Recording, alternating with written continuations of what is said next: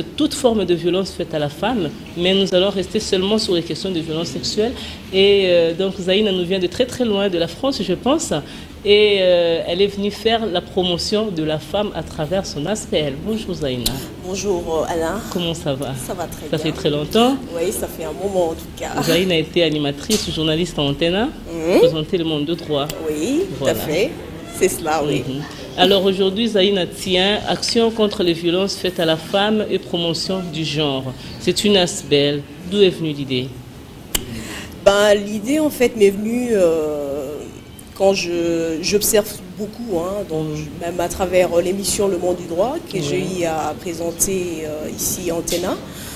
Donc la situation de la femme m'a toujours préoccupée. L'idée m'est venue de là, et surtout suite aux violences que subissent actuellement nos sœurs à l'est de la République du Congo. Tout à fait. Donc c'est là encore renforcer mon idée sur cette question et m'a poussé donc à créer une association, une ASBL, qui lutte donc contre les violences faites à la femme. Toute forme de violence, et qui est dans la promotion du genre. Alors ce qui nous intéresse en général, en grande partie, c'est les violences sexuelles. Mais dans l'ensemble de toute forme de violence faite à la femme, il y a les questions des mariages forcés, il y a les questions des mutilations sexuelles, par exemple l'excision, il y a les avortements forcés, les grossesses imposées, tout ça. Alors ça aussi, ça nous intéresse. Est-ce que vous avez quand même répertorié certains cas, en particulier des gens qui ont du mal à vouloir s'exprimer parce qu'ils ont peur des traditions et des coutumes? Oui, c'est le problème majeur dans le cadre de violence. Donc c'est vraiment le problème majeur qui se pose quand une personne est victime de violences, notamment de violences sexuelles. C'est pas facile pour la personne de se libérer, de s'exprimer. Et pourtant, le fait de s'exprimer, de se confier à une personne, à une oreille attentive, c'est vraiment une chose qui fait en sorte que la personne soit vraiment libérée, en tout cas, ne serait-ce qu'en partie, de ses poids qui pèsent sur elle, de cette violence qu'elle a subie de manière, moi j'ai toujours dit, de manière injuste. La violence est toujours de manière tout à fait injuste. Donc c'est pas toujours facile pour la personne, la victime, justement, de s'exprimer, de faire état de cette... Fait, au lieu d'aller, se battre sur la racine qui est la tradition ou la coutume. Je pense qu'il y a un problème important de la tradition aussi. Je pense qu'il y a un travail important à faire sur la tradition. Bon, les traditions sont là, on ne peut pas le changer du coup non plus. Tout à fait. Donc, mais il y a quand même un travail de sensibilisation à mener pour informer peut-être la population. De ne pas toujours regarder d'un mauvais œil quelqu'un qui vient s'est confié sur ces violences, ou bien le rejeter carrément. C'est-à-dire qu'il faut écouter, il faut comprendre la situation de la personne. Donc c'est un travail de sensibilisation aussi qui est à mener. C'est un peu comme à travers ton émission, là, c'est ce qu'on est en train de faire aussi, que les mentalités évoluent, qu'on ne considère pas toujours la personne qui a été violentée comme quelqu'un à rejeter, mais à l'écouter, à le considérer, à comprendre sa douleur, surtout sa souffrance, et puis l'aider dans cette souffrance. Même un pas en arrière, comment faire pour former alors les gens ou les personnes censées recevoir les personnes qui viennent vers l'action contre les violences faites à la femme?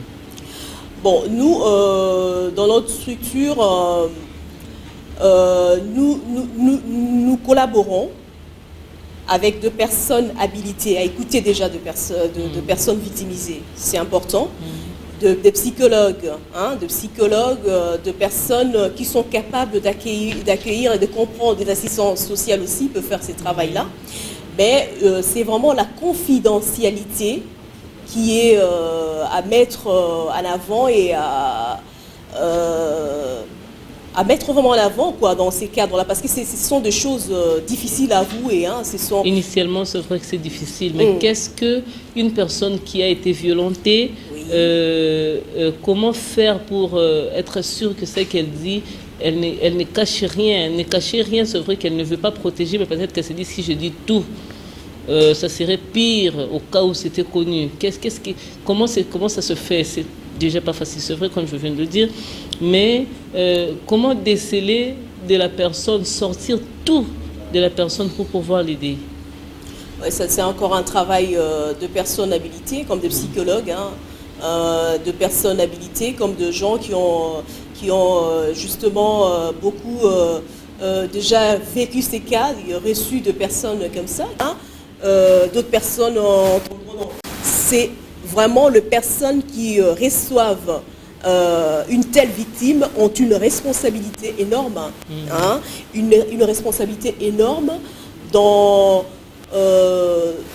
de mettre la victime en confiance déjà et de garder tout ce que la personne va lui dire, hein, va leur dire, va se confier. Donc il faut qu'il y ait vraiment beaucoup de professionnalisme et beaucoup d'écoute et de confiance et de savoir garder, quoi. Confidentialité, comme je l'ai dit tout à l'heure. Alors, dans les questions de violence faite à la femme, il y a par exemple les questions de mariage forcé. Parce que quand on voit mariage, on sait qu'il va forcément y avoir des actes sexuels quelque part. Il y aura rapport sexuel, mais donc ça sera, finalement, on dirait que cette femme sera violée tous les jours, parce qu'elle va se marier avec un homme qu'elle n'aime pas, or elle aura des rapports sexuels avec cet homme-là. Donc c'est forcément viol sur viol, puisque ça ne sera jamais sans consentement. Alors comment se battre contre les questions de mariage forcé au regard de notre pays? Bon, la question de mariage forcé, c'est malheureusement une question qui se pose encore beaucoup, hein, en Afrique et à travers le monde, hein, dans d'autres continents aussi. Hein. Comment se battre contre ce problème? Eh ben, ça fait partie des questions. Oui, ça fait partie donc, du genre, oui. C'est aussi de la responsabilité de parents, moi je pense. Responsabilité, parce que le mariage forcé, en général, ce sont les parents, hein, qui forcent. Le parent, quand je dis parent, c'est pas seulement papa et maman, mais l'entourage. Regarde la coutume où il y a la tante, l'entourage familial un peu qui force la personne. Non, il faut épouser telle personne pendant que la fille ne veut pas de la personne. Vraiment, moi je pense que c'est de la responsabilité de parents, mais de l'État aussi. Mais il y a les questions, il y a eu le moratoire qui a été promu par la première dame, Olive Lembe, pour que les filles, ou on va dire les jeunes filles qui ont des rapports sexuels avec des personnes plus âgées soient considérées comme un viol, que cet acte puisse être considéré comme un viol. Maintenant, quand la personne est déjà mariée, même si elle est mineure, comment faire pour essayer de réprimer ça? Parce que dans un sens comme dans un autre, ça reste toujours une situation par rapport à un enfant mineur. Oui. Bon, un enfant médiatique, pour accueillir ces genres de victimes. C'est une victime. Elle est mariée contre son gré. Elle est obligée de vivre avec la personne durant toutes ces années et tout ça.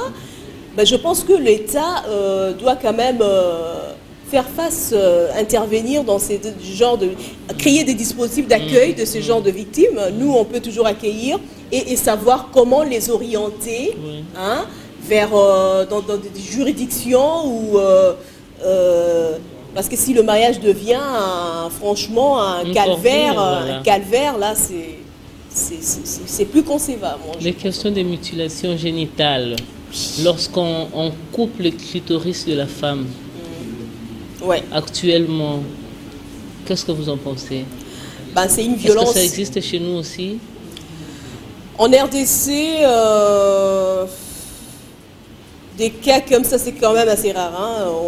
Mais sous d'autres cieux africains, il y a ces problèmes-là qui se posent encore, hein, de mutilation sexuelle de la femme avec les clitoris et tout ça, oui, qu'on coupe et tout. C'est vraiment une violence extrême, moi je pense. Hein. C'est vraiment une forme. Et dans quel but on le fait? Il faut savoir le but. Le but, c'est quoi? C'est parce que on veut que la femme reste fidèle dans son ménage, qu'elle n'ait pas de sensation de plaisir, qu'elle ne connaisse jamais le plaisir, excusez-moi, sexuel, hein, oui. Le plaisir sexuel, l'orgasme, excusez-moi, l'orgasme et tout ça. Donc, moi, je pense que c'est une violence extrême. Hein? Comment une personne peut décider comme ça que cette femme-là ne connaîtra jamais ces plaisirs-là. Moi, je pense qu'il n'appartient pas ni à la société. Hein, ça, c'est mon cas. Hein, c'est vraiment personnellement comment moi je m'exprime à ces sujets. Je pense qu'il n'appartient pas à la société de décider sur ces problèmes-là. C'est vraiment c'est une violation grave. Et ensuite, en plus de cela, la femme est mutilée, elle subit des sévices. Ça fait mal, hein, c'est une violence physique énorme. Et moi, je pense que il faut lutter contre toutes ces pratiques-là de manière forte, en le réprimant avec force. Je pense. Et les pratiques selon lesquelles la femme doit, bon, je ne sais pas si on peut appeler ça mutilation, mais c'est une manipulation quand même sexuelle où, en tout cas, on aurait dit que